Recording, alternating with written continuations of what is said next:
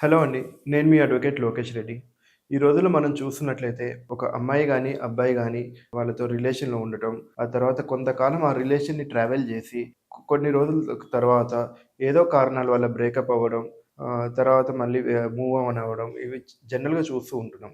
అంతేకాకుండా కొంతమంది డిప్రెషన్‌కి గురై సూసైడ్ చేసుకోవటం, తర్వాత ఆ పర్సన్‌ని బాయ్‌ని గాని, గర్ల్‌ని గాని తనని మర్చిపోలేక సూసైడ్ చేసుకోవటం, డిప్రెషన్‌లోకి వెళ్ళటం కూడా చూస్తూ ఉంటున్నాం. అయితే కొన్ని కేసెస్‌లలో మనం చూసినట్లయితే ఒకవేళ అమ్మాయిని గనక అబ్బాయి మోసం చేస్తే, అమ్మాయి 420, 406 అండ్ 376 అని రేప్ కేస్ గాని ఇట్లాంటివి కేసెస్ అబ్బాయి మీద ఫైల్ చేస్తూ ఉంటారు. అయితే చాలామంది అబ్బాయిలు అడిగేదేంటంటే, ఇట్లా చట్టం దృష్టిలో అందరూ ఒకటే గదా! చట్టం దృష్టిలో అందరూ సమానమే గదా!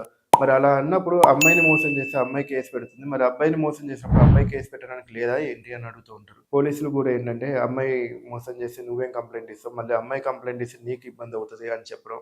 ఈ విధంగా దాటవేసే ప్రయత్నం చేస్తూ ఉంటారు. అయితే నేను ఇలాంటి అబ్బాయిలకి ముఖ్యంగా చెప్పేదేంటంటే, చట్టం దృష్టిలో అందరూ సమానమే. ఒక్క రేప్ కేస్ తప్ప మీరు గూడా అమ్మాయి పెట్టగలిగే అన్ని సెక్షన్‌లతోటి మీరు గూడా వాళ్ళ మీద కేస్ పెట్టొచ్చు. మిమ్మల్ని గనక ఎమోషనల్‌గా, ఫైనాన్షియల్‌గా అండ్ ఫిజికల్‌గా యూజ్ చేసుకొని ఇంటెన్షనల్ మోసం చేసినట్లయితే మీరు ఆమె మీద ఖచ్చితంగా 420 అండ్ 406 ఐపీసీ ప్రకారం కేస్ పెట్టొచ్చు.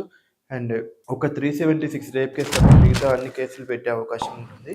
అదే కాకుండా మీరు ఫైనాన్షియల్‌గా లాస్ అయినట్లయితే అమ్మాయి వలన, మీరు ఖచ్చితంగా రికవరీ సూట్ ఏసుకొని ప్రతి రూపాయిని గూడా మీరు రాబట్టుకునే అవకాశం ఉంటుంది.